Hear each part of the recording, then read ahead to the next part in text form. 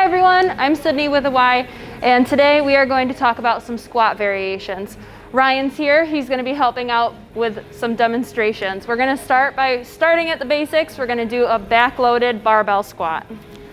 Once you're at the squat rack, you want to position the bar so it's about chest height so that you can comfortably get underneath it. So you want to load the bar right on the top of your shoulders, legs bent, head up. When you're doing the movement, you want to keep a neutral spine, so you want to keep your back as straight as possible and in line with your head. When you're ready, you can step up, grabbing that bar, taking a couple steps away. Perfect. So from here, Ryan's going to take a deep breath in, and he's going to bend his legs down, sticking his butt out, dropping to the floor. So he's going to want to aim for about a 90-degree angle, and when he's ready, he's going to drive up through his feet, keeping his weight largely in his heels, straightening back up and exhaling. As you are squatting, like I said, you want to make sure that your feet are flat on the ground. You also want to make sure that your knees are not going over your toes, and you want to make sure that your knees and your toes are facing the same direction. It's also important to, when you squat down, you want to imagine like you're trying to sit down on a chair or a bench or a box, making sure that your butt is sticking out backwards as you're lowering yourself down.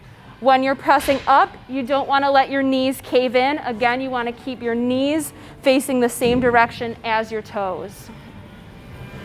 The second variation we're going to show you today is the Zercher Squat. So this is a really good alternative to a front squat if you're like me and you can't quite flex your wrists back to get a proper grip. So in the Zercher Squat, it's different from the previous squat that we showed you because the bar is loaded in the front of your body. So by having the load in the front of your body, you're going to put a little bit more work on your quads. So Ryan is going to squat down. He's going to hook his arms underneath the bar, and keeping the bar in the crooks of his elbows, he's going to stand up, keeping his arms either crossed on his chest or, if you're comfortable, having them like this. When he's ready, he's going to make sure that his hips are about hips width, or his feet are about hips width apart. His toes are slightly out instead of dead forward.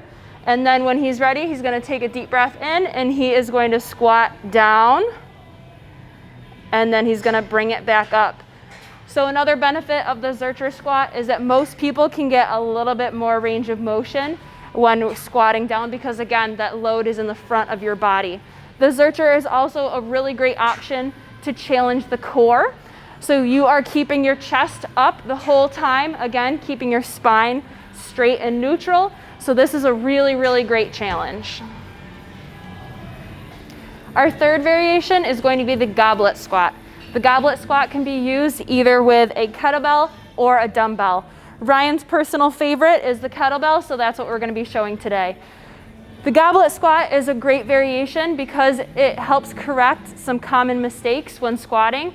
A lot of people tend to lean forward, and they also let their knees not be in line with their toes. So the Goblet Squat really helps to correct those issues.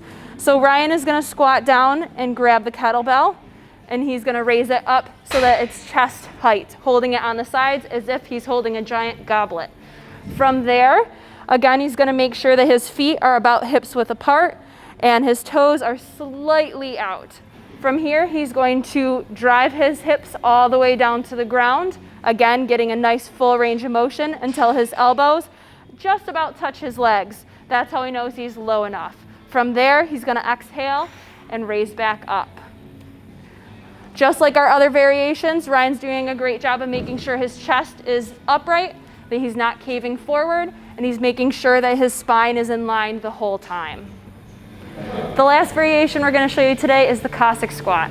So the Caustic Squat is a great way to improve mobility and joint health. You can use this as part of your warm-up or part as your workout. So Ryan is going to start with a wide stance. Perfect.